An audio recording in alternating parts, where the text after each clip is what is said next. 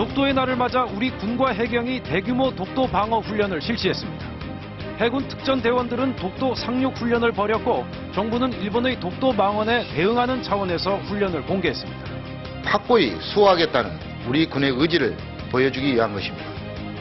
전국 곳곳에서 독도 수호 의지를 다지는 행사도 열렸습니다. 북한이 억류 중이던 우리 국민 6명을 처음으로 판문점을 통해 송환했습니다. 관계기관은 이들의 입국 경위를 조사하고 있습니다. 외국인 단체 관광객들이 이용하는 식당들이 재료의 원산지를 속이거나 유통기한이 지난 양념을 쓰다가 무더기로 적발됐습니다. 저가 패키지 관광에 맞춰 값싼 재료를 쓰고 있는 실태가 드러났습니다. 50년 전 독일로 파견됐던 광부와 간호사들의 고국 방문 행사가 파행을 겪자 한국관광공사 등이 비용을 내서 새로운 일정을 진행하기로 했습니다. 경찰은 주최 측 대표를 조사하고 있습니다. 내일 아침 서울 기온이 5도로 떨어지는 등 주말에 더욱 추워지겠습니다. 반짝 추위 속에 북한산과 속리산 단풍은 절정을 맞고 있습니다. 올가을 들어 처음으로 독감 환자가 확인됐습니다. 보건당국은 서울의 한 병원을 찾은 어린이에게서 B형 인플루엔자 바이러스를 검출했는데 올해 국내에 공급한 백신에는 없는 바이러스입니다. 사무실은 물론 음식점과 PC방으로 실내 금연이 확산되면서 건물 뒤편이나 후미진 골목에서 담배를 피우다 화재를 내는 경우가 늘고 있습니다. 쓰레기 더미나 가스통 사이에 슬쩍 버린 꽁초가 큰 불로 번지고 있습니다. 프랑스가 탄산음료에 비만세를 부과한 데 이어 카페인 음료에도 세금을 물리기로 했습니다. 우리나라 청소년도 탄산과 카페인 음료를 많이 먹고 있어서 규제 대책을 마련하려는 움직임이 일고 있습니다. 주요 도로의 터널 내부 공기가 주택가 도로보다 수십 배 오염돼 있는 것으로 나타났습니다. 교차로 공기에도 차량 매연에서 나온 발암 물질이 심각한 수준이었습니다. 이동식 측정 차량을 타고 다니며 조사한 결과 전해드립니다. 지난 3분기 우리 경제가 설비 투자와 민간 소비가 고루 증가세를 보이며 1년 전보다 3% 넘게 성장했습니다. 올해는 하반기로 갈수록 성장률이 높아져 경기가 회복되고 있다는 전망이 나왔습니다.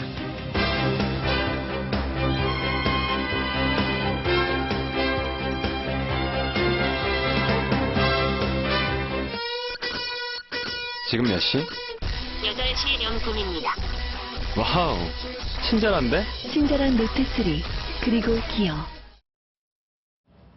시청자 여러분 안녕하십니까? 오늘 독도의 날을 맞아 독도를 지키기 위한 상륙 훈련이 실시됐습니다. 당초 비공개로 진행하려던 훈련을 우리 군이 전격 공개했습니다. 김정호 기자가 보도합니다. 일본 극우 세력이 독도를 불법 점거하는 상황. 3,200톤급 광개토 대왕함을 앞세운 우리 해군과 해경 함정들이 일제히 독도로 출동합니다. 외부 세력의 선박과 항공기도 접근하자 F-15K 전투기가 출격해 몰아냅니다. 해군 특수부대 UDT-CL과 해경 특공대원들은 헬리콥터를 타고 상륙해 진압에 나섭니다. 독도의 날을 맞아 실시된 독도 방어 훈련은 육해 공군과 해경의 입체적인 합동 작전으로 진행됐습니다. 특히 해군 특수부대가 독도에 상륙한 것은 독도 방어 훈련 27년 만에 처음이며 이번 훈련은 이례적으로 공개됐습니다. 독도는 역사적으로 또 지리적으로 우리의 영토임이 확실하기 때문에 어떠한 상황에서도 이를 확고히 수호하겠다는 우리 군의 의지를 보여주기 위한 것입니다. 군은 독도를 놓고 당장 군사적 충돌이 발생할 가능성은 높지 않다고 보고 있지만 잠재적 분쟁에 대비한 계획을 갖고 있는 것으로 알려졌습니다. MBC 뉴스 김정호입니다. 네, 일본이 호시탐탐 노리고 있는 독도. 이 독도에선 오늘도 빈틈없는 경계 근무가 펼쳐지고 있습니다. 지금 MBC 취재팀이 독도에 나가 있습니다. 엄지인 기자, 지금 독도 상황 어떻습니까? 네, 우리나라 영토의 동쪽 끝 경상북도 울릉군 울릉읍 독도리에 와 있습니다. 바닷바람이 제법 매서운데요. 제 뒤로 의젓하게 독도를 지키는 독도 경비대의 모습을 볼 수 있습니다. 이곳 독도에는 37명의 경비대원들이 거주하며 경계 활동을 하고 있습니다. 올 상반기에만 일본 순시선이 51차례 사나흘에 한 번꼴로 독도 해역에 나타났는데 열 영상 장비를 포함한 최첨단 장비로 혹시 모를 도발에 대비하고 있습니다. 독도는 독도경비대가 있는 이곳 동도와 민간인 부부가 거주하고 있는 서도, 그리고 수십 개의 크고 작은 바위섬으로 구성되어 있습니다. 지난 2005년 일반인의 방문이 허용된 이후 지금까지 122만 명이 다녀갔는데요. 독도 명예 주민증을 받은 사람만도 12,300명, 특히 외국인이 159명이나 된다고 합니다. 113년 전 독도를 울릉도의 부속섬으로 명시한 고종 황제의 칙령을 굳이 인용하지 않더라도 대대로 독도가 우리 민족의 삶의 터전임은 당연한 사실이죠. 빈틈없는 철저한 경계 속에 독도는 오늘도 이곳에 굳건히 서 있습니다. 독도에서 MBC 뉴스 엄지인입니다. 독도의 날인 오늘도 일본은 도발을 거침없이 이어갔습니다. 이른바 다케시마 동영상을 만든 데 이어 이 동영상을 좀 더 빨리 만들었어야 했다. 이렇게 도에 넘는 발언들을 쏟아냈습니다. 이명서 특파원이 보도합니다. 일본 야마모토 영토 문제 담당상은 기자회견을 갖고 일본 영토로 밝힌 것에 이런저런 얘기를 들을 이유가 없다며 한중의 반발을 대놓고 무시했습니다. これは遅すぎたぐらいだと思うんですね。やっぱり現時点までなかったっていうのが非常に不思議なぐらい。 기시다 외무상도 동영상이 일본의 입장을 확실하게 설명하고 있다고 주변국 비판에 아랑곳하지 않았습니다.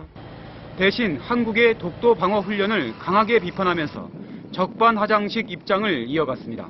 我が国の立場に照らして受け入れられずに極めて遺憾であります。 독도의 관할을 주장하는 시마네 현은 일본 정부의 이런 움직임에 맞춰 독도 백문백답이란 설명집을 곧 출간할 계획입니다. 독도를 일본 땅이라 왜곡한 자료집의 종합판으로 파악됩니다. 竹島がどういう島かとか、どういう問題が出ているのか、歴史的なその背景がわかる。 역사 왜곡에 이어 영토 도발로 아베 정권이 자신들의 집중 목표를 서서히 이동시키고 있다는 분석입니다.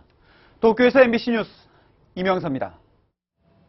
북한이 어제 예고한 대로 우리 국민 6명을 오늘 판문점을 통해 돌려보냈습니다. 정부는 이들의 구체적인 입국 경위 등에 대해 조사에 들어갔습니다. 공윤성 기자가 보도합니다. 오늘 오후 판문점 중립국감독위원회 사무실. 북한 측 관계자가 지켜보는 가운데 가죽 잠바 차림에 머리가 희끗한 남성이 우리 측에 인도됐습니다. 오늘 송환된 우리 국민은 44살 김모 씨 등 6명입니다. 이들 중 한 남성의 부인은 사망해 유해로 왔습니다. 입경 절차를 마친 이들은 곧바로 국정원 등 관계기관에 넘겨져 조사를 받고 있습니다. 북한에 억류됐던 우리 국민이 삼국 추방이 아닌 판문점을 통해 돌아온 건 이번이 처음입니다. 북한은 이들이 불법 입국해 단속됐지만 범죄를 인정하고 반성해 인도주의적 측면에서 용서하고 돌려보냈다고 보도했습니다. 정부는 우리 국민 몇 명이 북한에 억류 중인지 파악하지 못하고 있습니다. 현재 상태에서 6명 말고 더 지금 남아있는지 그런 부분에 대해서는 통계를 지금 가지고 있지 않다고 말씀드립니다. 정부는 6명 전원에 대해 국가보안법 위반 혐의로 영장을 집행한 것으로 전해졌으며 입국 경위 등에 대해서 혐의가 드러날 경우 처벌한다는 방침입니다. MBC 뉴스 공윤선입니다. 2달 가까이 공석이었던 감사원장 그리고 보건복지부 장관에 대한 후임 인사가 단행됐습니다. 검찰총장은 이르면 다음 주 초에 발표될 전망입니다. 윤지용 기자입니다. 중립성 논란을 일으키며 2달 전 사퇴한 양건 감사원장 후임에 황찬현 서울중앙지법원장이 내정됐습니다. 마산 출신으로 서울대 법학과를 졸업하고 대전지방법원장 등을 지냈으며 굿모닝시티 사기 분양 사건 등 사회적 파장이 큰 사건들을 법과 원칙에 따라 엄정히 처리했다는 평을 받고 있습니다. 항명 파동을 일으키며 사퇴한 진영 보건복지부 장관 후임엔 문영표 한국개발연구원 선임연구위원이 내정됐습니다. 서울 출신의 연금 전문가로 기초연금 논란에 적극 대응하겠다는 뜻으로 풀이됩니다. 복지 분야의 많은 현안들을 해결할 수 있는 적임자입니다. 또 문화체육관광부 2차관엔 김종 한양대 예술체육대학장이 내정됐습니다. 4명으로 압축된 검찰총장 후보자는 이르면 다음 주 초 발표될 것으로 보입니다. MBC 뉴스 윤지윤입니다.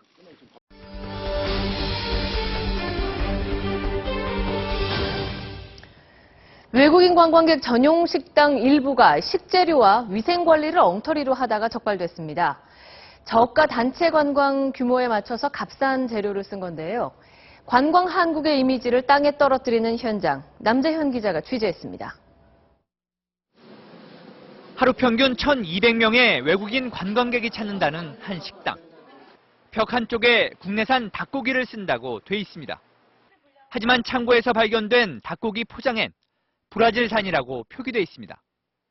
국내산보다 30-40%가 쌉니다. 지금 브라질산이라는 거죠? 예. 이 삼계탕 전문점은 국내산과 미국산 쌀을 섞어 쓴다고 안내하고 있지만 쌀 포대에는 중국산 쌀에 국산 찹쌀이 10%만 섞여 있다고 되어 있습니다. 중산성 피우면 더 되죠. 미국산이 안 나와가지고 잠시 썼던 거예요. 보통 여행사를 끼고 저가 패키지 관광으로는 관광객들의 한 끼 식사비인 5-6천 원 선에 맞추려면 값싼 음식 재료를 쓸 수밖에 없다는 겁니다. 여행업계의 현실이 그런데 여행사에서 맞춰달라는 데도 맞춰주는 경우가 좀 있는 거죠. 위생 상태는 어떨까? 조리실과 양념통엔 찌든 때가 가득하고 덮개도 없이 담아둔 삶은 닭도 위생 상태가 좋아 보이지 않습니다. 유통기한이 5-6달씩 지난 양념도 쉽게 볼 수 있습니다. 서울시는 원산지 표시를 어기거나 위생이 불량한 외국인 전용 식당 8곳을 적발해 업주를 입건했습니다.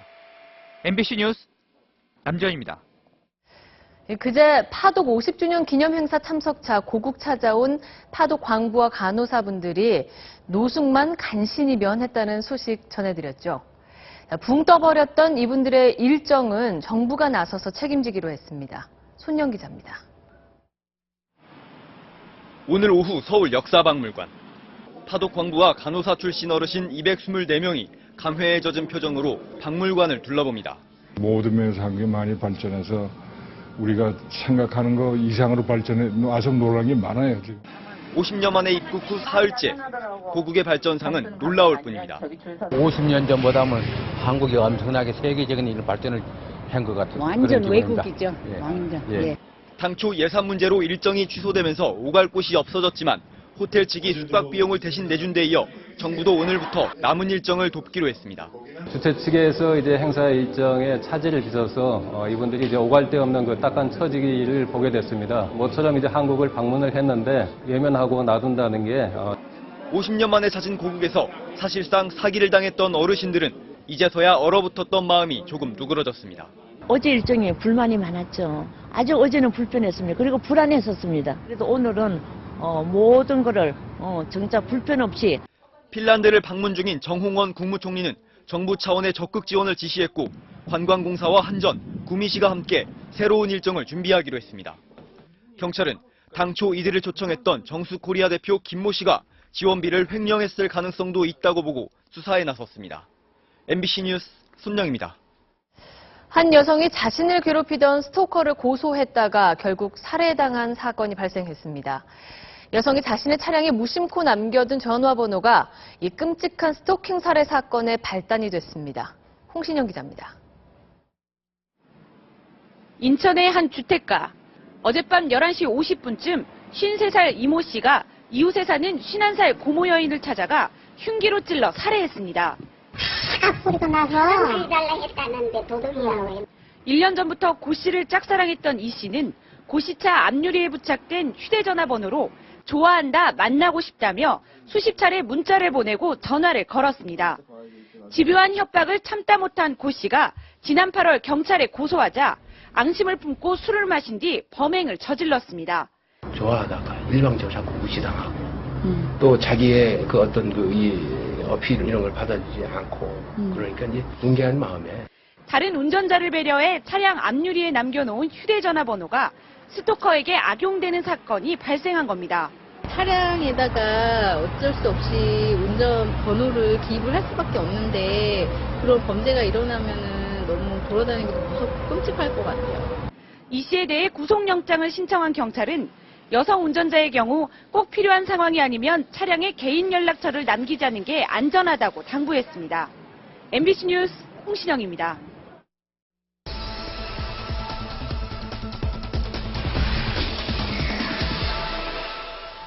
서울 상암동의 하늘공원에서 관람객을 실어 나르던 전기차가 갑자기 가로등을 들이받았습니다.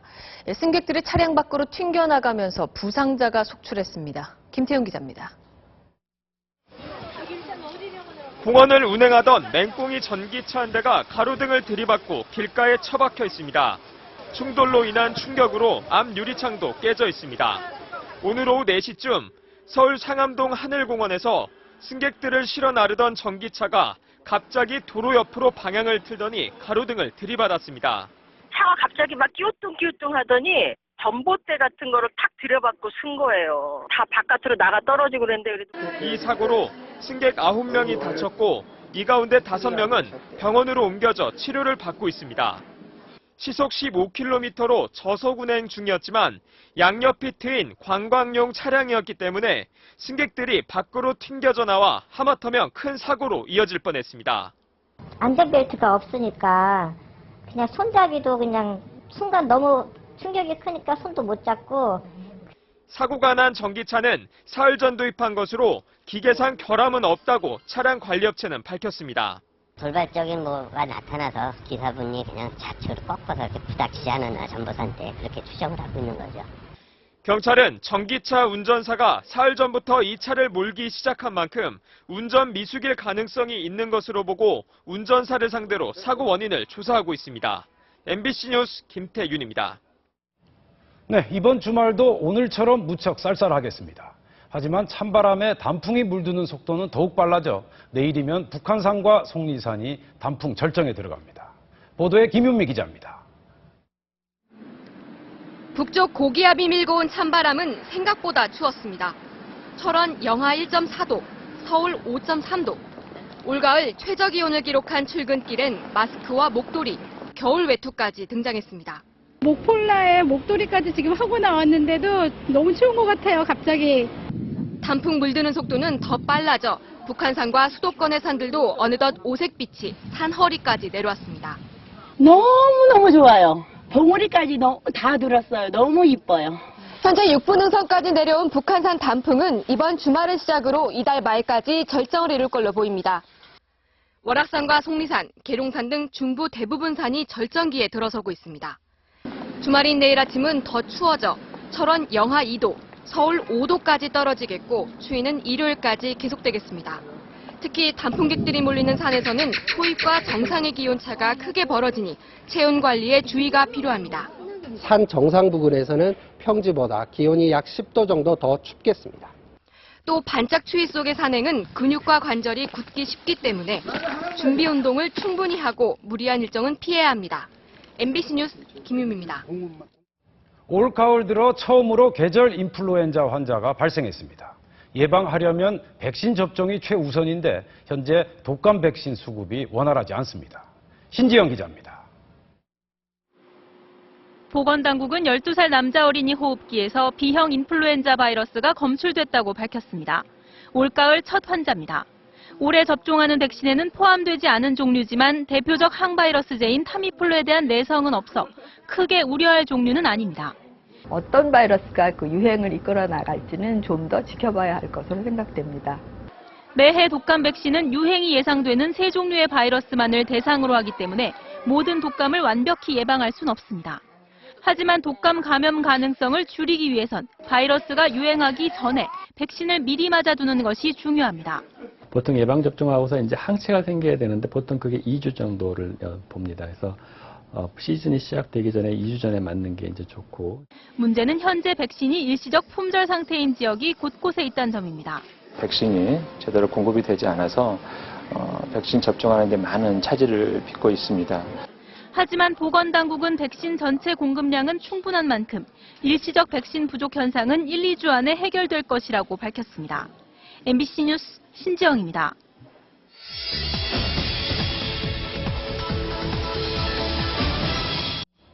요즘 길거리에 나가보면 버린 담배꽁초가 유난히 많습니다. 7월부터 이른바 금연법이 시행되면서 흡연자들이 밖에 나와 담배를 피우고 버리기 때문입니다. 김나라 기자가 취재했습니다. 점심시간 서울 강남의 뒷골목. 직장인 수십 명이 여기저기서 담배를 피웁니다. 그런데 담배꽁초는 대부분 그냥 버리고 갑니다. 길바닥은 물론 하수구까지 온통 담배꽁초로 가득 찼습니다. 이거 봐요. 하수도 맥히게 생겼어요. 매일 이렇게 아침 저녁 3번 이렇게 풀고 딱 그래요. 그러니까 다 여기다 쓰시니까. 길에 버린 담배꽁초가 얼마나 많은지 직접 주워봤습니다. 점심시간 동안 사람들이 버린 담배꽁초입니다. 불과 2, 3m밖에 안 됐는데도 벌써 두 손 가득입니다.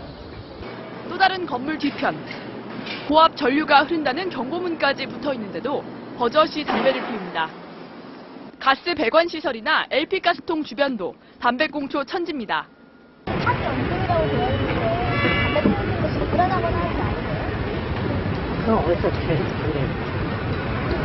길거리에 담배꽁초가 늘어난 건 지난 7월 일명 금연법이 시행된 뒤부터입니다.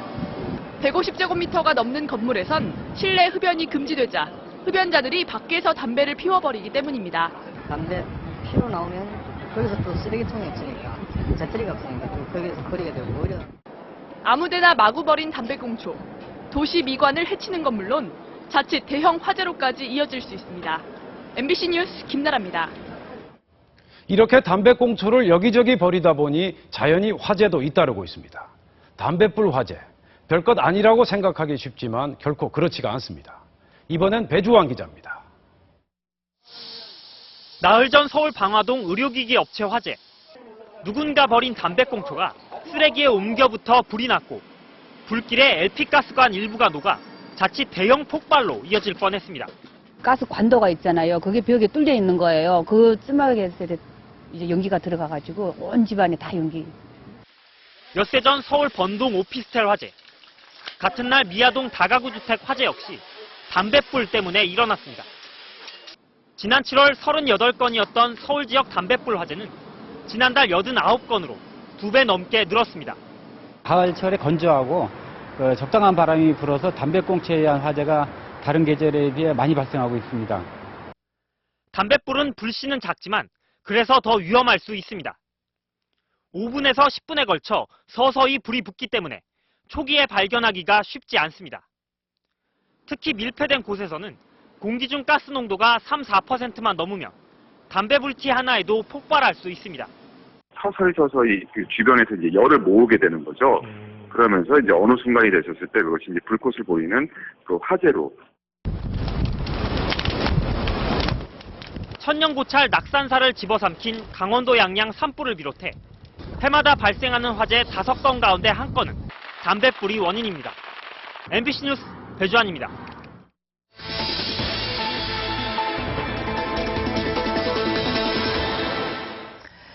프랑스가 청소년들이 즐겨 마시는 에너지 음료에 세금을 부과하기로 결정했습니다. 앞서 탄산음료에도 비만세를 매긴 바 있는데 건강에 안 좋은 음료에 세금 물리는 나라들이 늘고 있습니다. 파리 박상권 특파원입니다. 특히 청소년들에게 인기 있는 이른바 에너지 음료. 카페인이 많이 든 데다 술과 섞어 마시는 경우가 많아 건강에 치명적이라는 우려가 끊이질 않습니다. 급기야 에너지 음료 때문에 자녀가 목숨을 잃었다는 주장까지 나올 정도입니다. Something caused his heart to get out of rhythm. And it had to be the volume of energy blending caffeine. Had to be.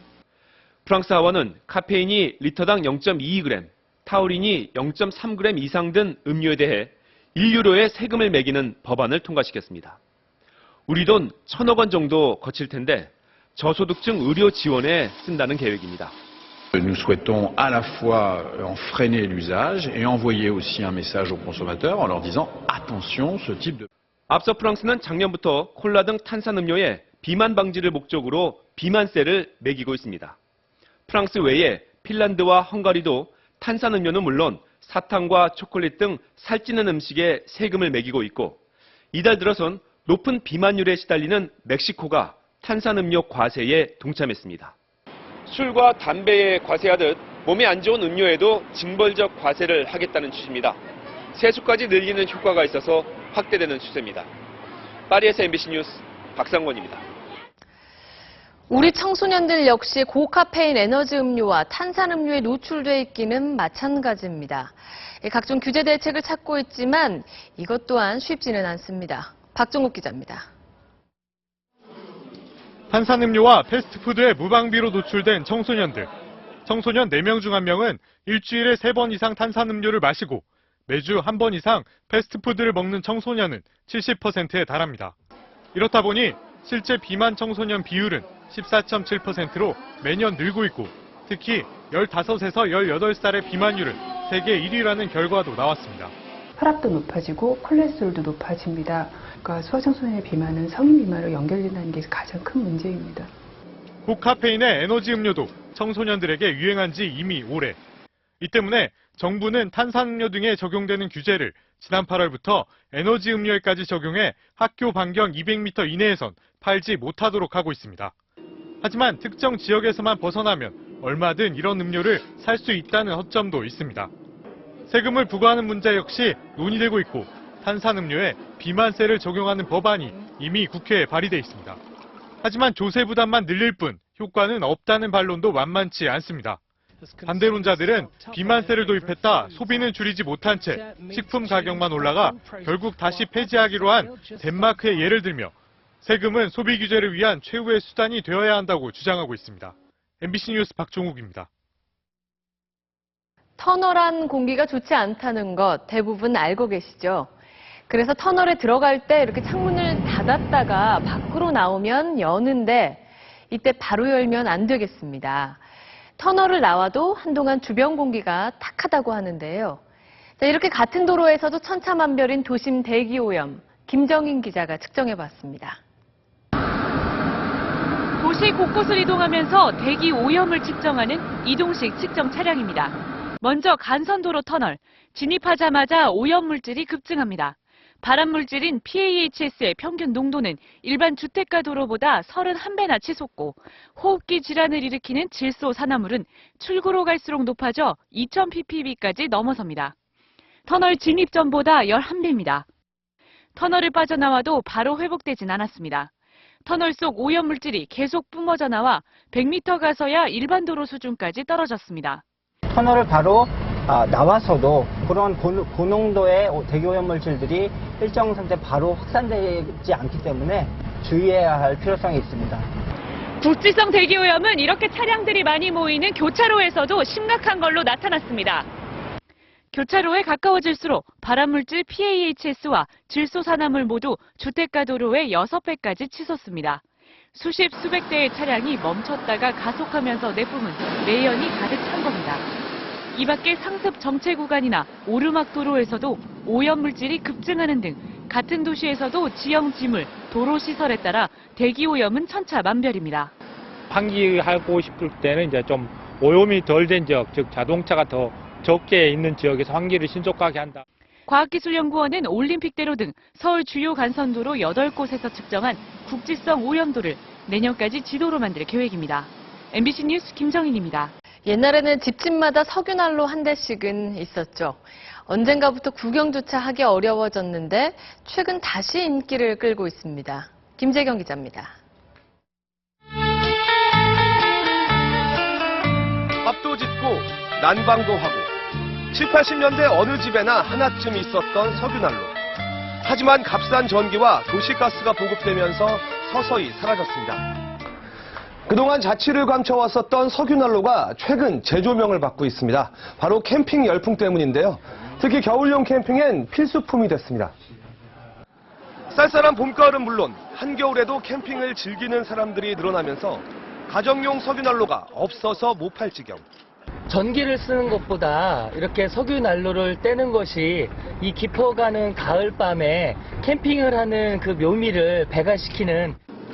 여기에 기울어지면 불이 꺼지고 접으면 부피를 줄일 수 있는 등 안전성과 디자인을 모두 잡았습니다. 적당히 운치 있는 불빛에 무엇보다 전기난로의 30%가량인 유지비가 가장 큰 매력입니다.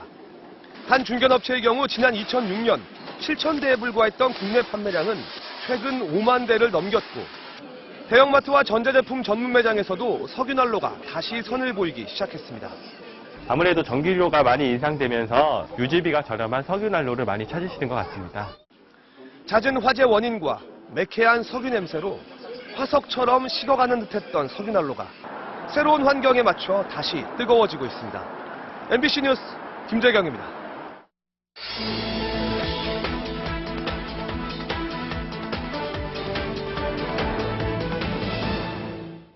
대표적인 여성암인 유방암은 비교적 젊은 나이에 발병하는 특징이 있는데 유방 조직이 빨리 늙기 때문이라고 합니다. 최근 유방암 환자가 빠르게 늘고 있는데요. 그 예방법 나윤숙 의학 전문 기자가 알려드립니다. 유방암은 비교적 젊은 나이에 발병합니다. 우리나라의 경우 환자 3명 중 2명이 40, 50대로 대부분의 암이 60대부터 발생률이 증가하는 것과는 대조적입니다. 너무 이른 나이에 내가 뭐를 어떻게 살았길래 처음에 진단 딱 받고 내렸는데 앞이 안 보이더라고요. 이에 대해 최근 미국 연구팀이 새로운 원인을 찾아냈습니다. 유전자 분석 결과 유방 조직은 다른 신체 부위에 비해 생물학적 나이가 2~3살 더 많았고 특히 암이 발생한 경우 암이 아닌 정상 조직도 다른 부위보다 12살 더 많았습니다. 암이라는 것은 세포의 노화하고도 관련이 있다고 보고 있습니다. 그래서 유선 조직의 그 생체 시간이 빠르기 때문에 유방암의 발생도 더 빨리 발생할 수가 있습니다. 현재 유방암 환자는 16,000여 명으로 15년 만에 4배 넘게 늘었는데 서구화된 식생활로 비만 인구가 는 것이 원인으로 추정됩니다. 유방암을 예방하기 위해서 가장 피해야 할 것은 술이고 가장 필수적인 건 운동입니다. 하루 음주량이 한두 잔만 돼도 유방암 위험은 10%, 3잔 이상이라면 30% 높아지는데 특히 청소년기에 마실수록 위험합니다. 술이 여성 호르몬 분비를 늘려 암 위험을 높이는 겁니다. 반대로 일주일에 7시간씩만 걸어도 유방암에 걸릴 위험은 14% 감소합니다. MBC 뉴스 나윤숙입니다. 경남 거제 연안엔 요즘 제철 맞은 보리새우가 풍년인데 워낙 인기가 좋아 물량되기 힘들 정도라고 합니다. 네, 구이의 튀김에 말만 해도 군침이 도는데요. 신동식 기자가 다녀왔습니다. 경남 거제시 능포동 앞바다. 배를 타고 10분 정도 나가 그물을 들어올리자 잘 자란 보리새우가 올라옵니다. 힘이 좋아 금세라도 물을 차고 튀어오를 기세입니다. 몸 길이는 20cm 정도로 붉은 갈색을 띠고 머리부터 꼬리까지 10줄가량의 진한 줄무늬가 있습니다. 바다 밑이 더 좋고 또 그러고 특종에 대한 육질도 좋고 모든 것이 다 좋기 때문에 그래서 능포에서 나는 새우는 1등품이라고.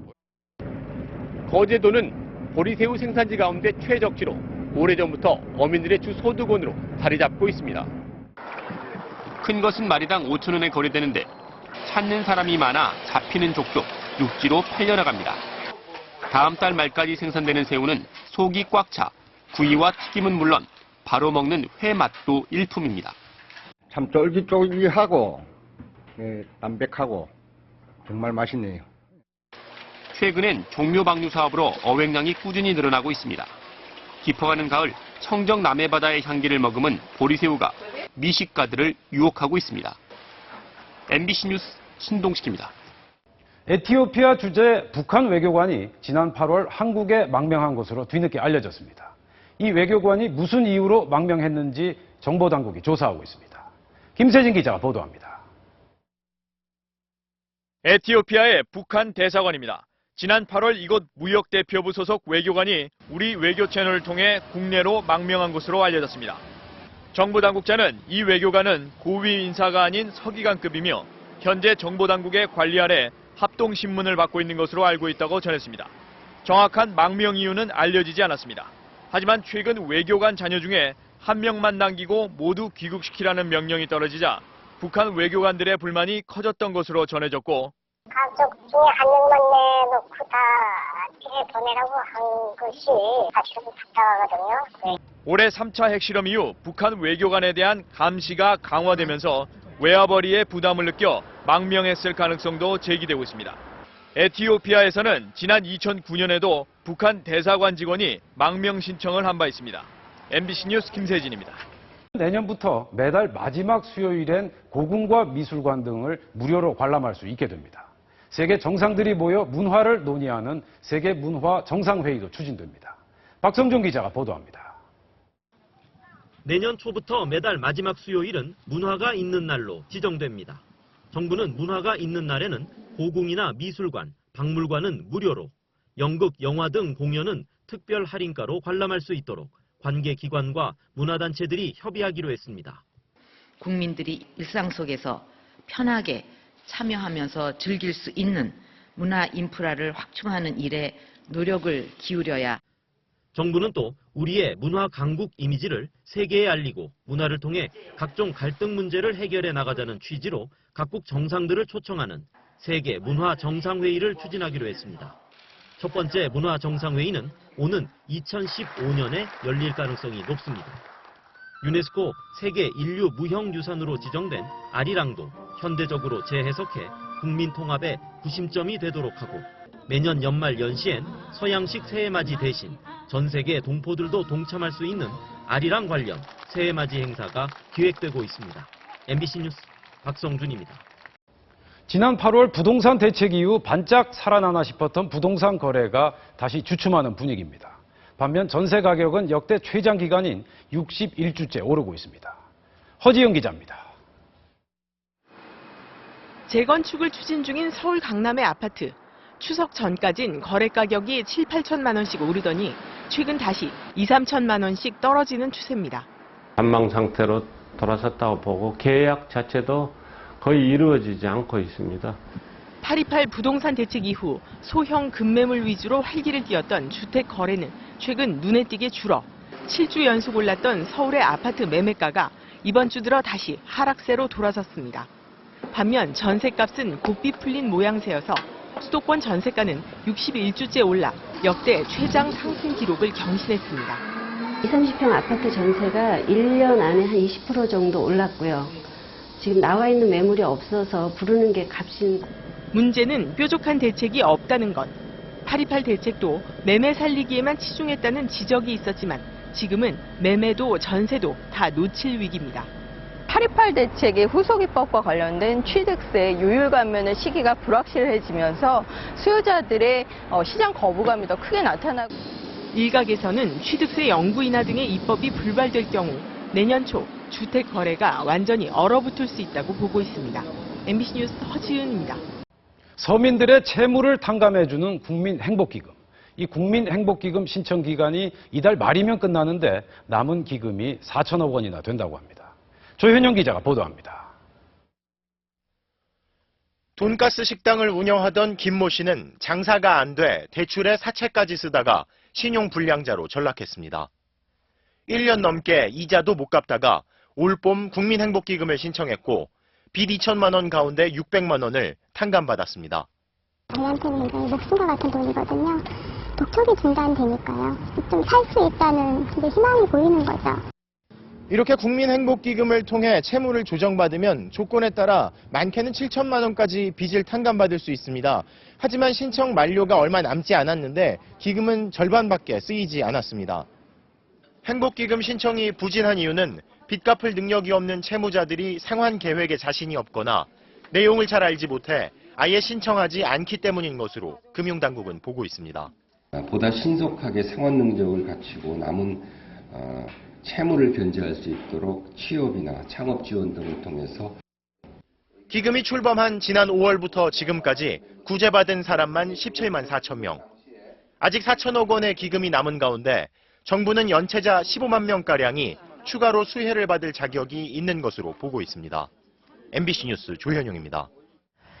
우리 경제가 완만한 회복세를 타고 있는 것으로 나타났습니다. 수출은 부진했지만 내수가 조금씩 살아나면서 지난해 대비 3분기 성장률이 3%를 넘어 7분기 만에 최고치를 기록했습니다. 남상호 기자입니다. 오늘 낮 서울의 한 백화점. 식품 매장에도 머플러 매장에도 상품을 고르는 손님들이 끊이지 않습니다. 여자친구가 이제 화장품 코너에 일이 있어서요. 화장품을 갔다가 이제 겸사겸사해서 이제 푸드코트에서 밥도 먹고.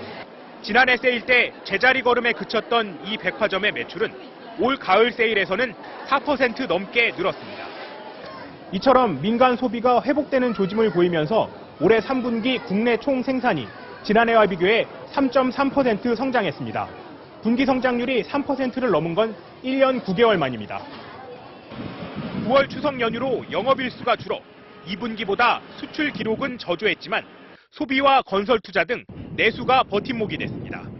한국은행도 올해 성장률 전망치인 2.8% 달성이 무난할 것으로 시사했습니다. 이같이 성장한 것은 현재까지의 성장 전망 경로에 있는 것인데요. 여러 성장률 전망 범위 내에서 보면 상단에 위치하고 있습니다. 하지만 저성장 우려를 완전히 벗어나기 위해서는 4분기에 환율 하락 등의 장애물을 넘어야 할 것으로 보입니다. MBC 뉴스 남상호입니다. 대선 불복 논란을 둘러싼 여야의 날선 공방이 계속되고 있습니다. 그러나 결정적인 해법을 찾지 못한 채 각 당은 대응 전략 마련에 고심하고 있습니다. 김세로 기자입니다. 새누리당은 민주당의 국가기관 대선 개입 의혹 제기는 헌법 불복이라며 공세 수위를 높였습니다. 대선 불복의 유혹은 악마가 야당에게 내미는 손길이라는 것을 명심해야 할 것입니다. 대선 불복 논쟁을 촉발시킨 민주당 서른 의원을 향해서는 2002년 대선 당시 이회창 후보가 20만 달러를 받았다고 허위 사실을 유포해 실형을 선고받은 대선 공작 범죄 전력자가 막말을 하고 있다고 비판했습니다. 이번 국감을 대선 불복 국감으로 변질시키고 있는데 최악의 정쟁 국감으로 기록될 것은 아닌지. 민주당 김한길 대표는 중국 재외공고한 국감을 위한 출국을 취소하고 총공세를 위한 점검에 들어갔습니다. 진실은 하나씩 계속 드러나고 있고 앞으로도 더 드러날 것입니다. 민주당 서른 의원은 오늘도 한 라디오 방송에 출연해 대선 불복성 발언의 수위를 높였습니다. 경우에 따라서는 대선 불복이 아니라 그보다 더한 상황이 올 수도 있고. 대선 불복성 발언에 대해 자제해야 한다는 당내 의견도 나오는 가운데 민주당은 모레 긴급 의원총회를 열어 대응 전략을 모으기로 했습니다. MBC 뉴스 김세로입니다. 미국이 다른 나라 지도자 35명의 전화 통화를 도청한 사실이 폭로됐습니다. 또 미국은 이보다 더 민감한 비밀도 유출됐다며 파장이 확산되는 걸 우려하고 있습니다. 김정환 기자입니다. 영국 가디언지는 미국 정보기관이 도청한 외국 정상은 35명에 달한다고 오늘 폭로했습니다. 이에 따라 유럽 정상회의는 이틀째 미국 성토장으로 변했습니다. 수년 동안 전화 도청을 당한 것으로 알려진 메르켈 총리는 오늘도 분을 사귀지 못했습니다. Ausspähen unter Freunden, das geht gar nicht. Das habe ich im Juni, als er in Berlin war, gesagt, im Juli und auch gestern in einem Telefonat, und zwar 미국이 야심차게 추진해온 유럽과의 세계 최대 규모의 자유무역 협정도 차질을 빚게 됐습니다. 슐츠 유럽의회 의장은 협상 방향을 다 알고 나오는 미국을 믿을 수 없다며 불쾌감을 표시했습니다. 브라질 대통령은 도청당한 사실을 확인한 뒤 미국 방문을 전격 취소했고 멕시코 대통령은 도청 의혹에 대한 철저한 수사를 지시했습니다. El presidente de la República ha ordenado realizar una investigación que deberá determinar. 미국 측은 안보를 위해 불가피했다며 도청 사실을 일부 시인했습니다. 미국은 이번 폭로 사태의 주역인 에드워드 스노든이 더 민감한 비밀 자료도 빼낸 사실을 확인했다며 바짝 긴장하고 있습니다. MBC 뉴스 김정환입니다. 외국인 관광객 1000만 시대인데요. 불과 50년 전만 해도 우리나라 찾은 관광객 복이 참 드물었습니다. 자, 그때 그 시절 우리의 관광 산업은 어떤 모습이었을까요? 염기환 기자입니다. 한 해 외국인 관광객 1,100만 명, 관광 수입 15조 8천억 원. 이제 관광 산업은 우리 경제의 든든한 대들보입니다. 하지만 한국전쟁 직후인 1950년대, 첫 시작은 달랑 난쟁이 버스 10대가 전부였습니다. 겨울비에 날씬하고 아담한 관광버스가 등장하게 되었습니다. 지금은 당연하게 여겨지는 열차 안 이동 매점도 당시엔 고도의 마케팅 전략이었습니다. 2월 하순부터는 열차 안에 여자 판매원이 등장. 아가씨들의 명랑한 목소리가 손님들의 피로를 덜어주게 되었습니다. 1960년대 지어진 서울 최초의 최고급 호텔 워커힐과 부산 해운대의 첫 관광 호텔은 국제 행사 일정까지 염두에 둔 포석이었습니다. 64년에 있을 도쿄 올림픽 때 일본에 온 김에 한국에도 오게 될 관광객을 유치할 계획이라고 합니다. 70년대 말에 들어서야 100만 번째 외국인 입국자에게 꽃 목걸이를 걸어주며 비로소 관광객 100만 시대를 열었습니다. 국가기록원은 여행의 계절 10월을 맞아 이달의 기록 주제를 관광산업의 발자취로 정하고 관련 기록물들을 공개할 예정입니다. MBC 뉴스 염기원입니다. 최근 독특한 창작 무대로 공연표 매진 행렬을 이어가는 젊은 판소리꾼이 있습니다. 이자람 씨의 무대, 전중환 기자가 소개해드립니다. 어렵게 느껴지는 전통 판소리와 선을 그으며 무대는 시작됩니다. 이렇게 시작하는데 우리나라 전통 판소리인지 알아듣기 어려우니 그냥 쉬운 말로 가보는. 독일 작가 브레이트의 작품에서 영감을 얻은 창작 판소리극 억척가입니다. 전통 판소리 소리에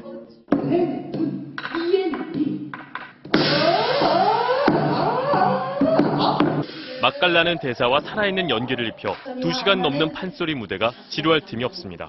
할아버지께서 부르셔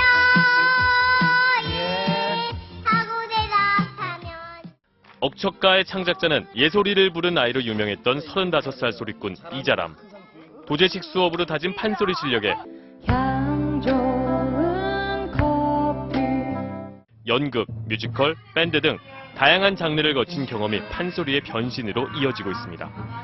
스승들도 공연을 보고는 그녀를 응원합니다. 내가 너만큼 작품을 새로 쓸 수 있을까 생각을 해봤다.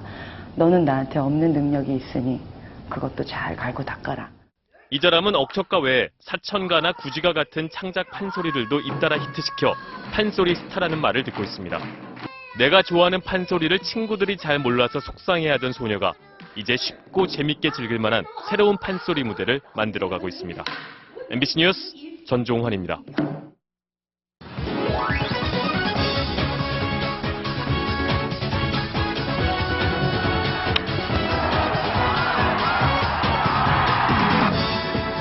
안녕하세요. 스포츠 뉴스입니다. 프로야구 삼성과 두산의 한국시리즈 2차전에서 벤데널크와 니퍼트 두 외국인 선발의 팽팽한 투수전이 이어졌는데요. 김한석 기자 현재 상황 전해주시죠. 네, 어제 첫 경기를 내준 삼성은 초반 수비가 좋았습니다. 2회 2루수 김태환이 이원석이 친 땅볼을 걷어낸 뒤 팽이처럼 빙글 돌아 1루 승부까지 깔끔하게 마무리했습니다. 바로 이 장면인데요. 3회에는 중견수 배영섭이 머리 위로 날아가는 김현수의 타구를 뒷걸음치며 점프해 잡아냈습니다. 순발력이 아주 좋았습니다. 원아웃 1, 3루에서는 운까지 따랐는데요. 최준석의 총알 타구가 투수 벤데널크의 글러브로 빨려 들어가 병살로 이어졌습니다. 중반까지는 팽팽한 투수전이었습니다. 벤데널크는 시속 150km가 넘는 빠른 공을 앞세워 두산 타선을 요리했고요. 니퍼트는 노련한 완급 조절로 삼성 타자들을 잡아냈습니다. 벤데널크는 6회 투아웃까지 무실점으로 막은 뒤 마운드에서 내려왔습니다. 니퍼트도 7회에 교체됐고 숨막히는 영의 행진이 계속되고 있는 가운데 이제 불펜 싸움입니다. 오늘 2차전에도 만원 관중이 들어차 포스트 시즌 7경기 연속 매진을 이어갔습니다. 3차전은 모레 일요일 장소를 잠실구장으로 옮겨 열립니다. MBC 뉴스 김한석입니다. 인천 아시안게임이 이제 1년도 채 남지 않았는데요. 조직위원회가 적극적인 해외 홍보에 나섰습니다. 베트남에서 정희석 기자가 전합니다. 영광과 감동의 드라마가 펼쳐질 2014년 인천 아시안게임. 아시아인들의 눈과 귀를 사로잡기 위해 조직위원회가 발벗고 나섰습니다. 한류 열기가 뜨거운 베트남의 수도 하노이에서 K-팝의 힘을 합세워 홍보 활동을 펼쳤습니다. 현지에서 인기 높은 홍보대사 JYJ가 공식 주제가 온리원을 부르며 폭발적인 반응을 이끌어냈습니다. 하노이가 2019년 아시안게임 개최지여서 홍보 효과는 만점입니다.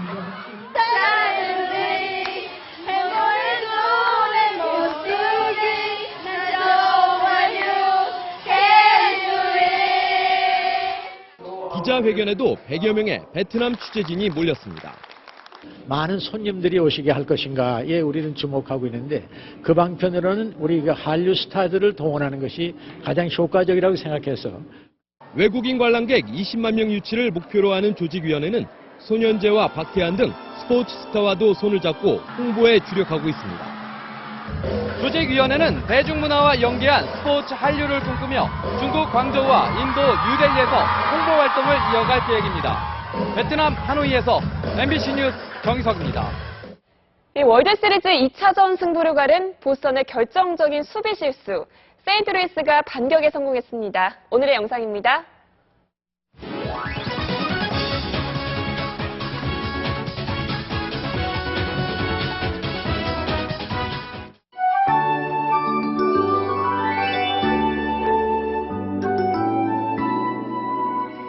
초겨울처럼 차가워진 바람에 목도리를 둘둘 감아도 춥게 느껴지는 하루였습니다.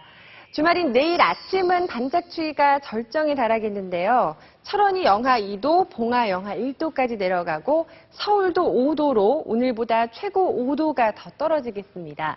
낮에도 15도 안팎에 머물러 쌀쌀하겠으니까요. 내내 따뜻하게 입으셔야겠습니다. 일요일인 모레는 찬바람 세기가 약해지면서 체감 추위는 덜하겠는데요. 여전히 꽤 춥게 느껴지겠습니다. 또 대기도 갈수록 건조해지고 있습니다. 단풍철을 맞아 산을 찾으시는 분들은 산불이 나지 않도록 조심하셔야겠습니다. 지금 우리나라 높은 하늘에는 영하 18도 안팎의 차가운 공기가 가득합니다. 내일도 이 찬 공기 영향 계속해서 받겠고요. 해안지방을 중심으로는 바람도 강하게 불어오겠습니다. 하늘은 내내 맑겠습니다. 아침에는 오늘보다 더 추워져서 내륙 지역에선 서리가 내리거나 물이 여는 곳이 있겠습니다. 서울 5도, 춘천 1도까지 내려가겠고요. 낮 기온도 오늘보다 약간 높은 정도에 머물겠습니다. 남부지방도 광주와 대구 7도 선까지 내려갑니다. 물결은 모든 바다에서 매우 높게 일겠습니다. 이번 추위는 월요일에 차츰 누그러질 전망입니다. 이어서 세계 날씨입니다.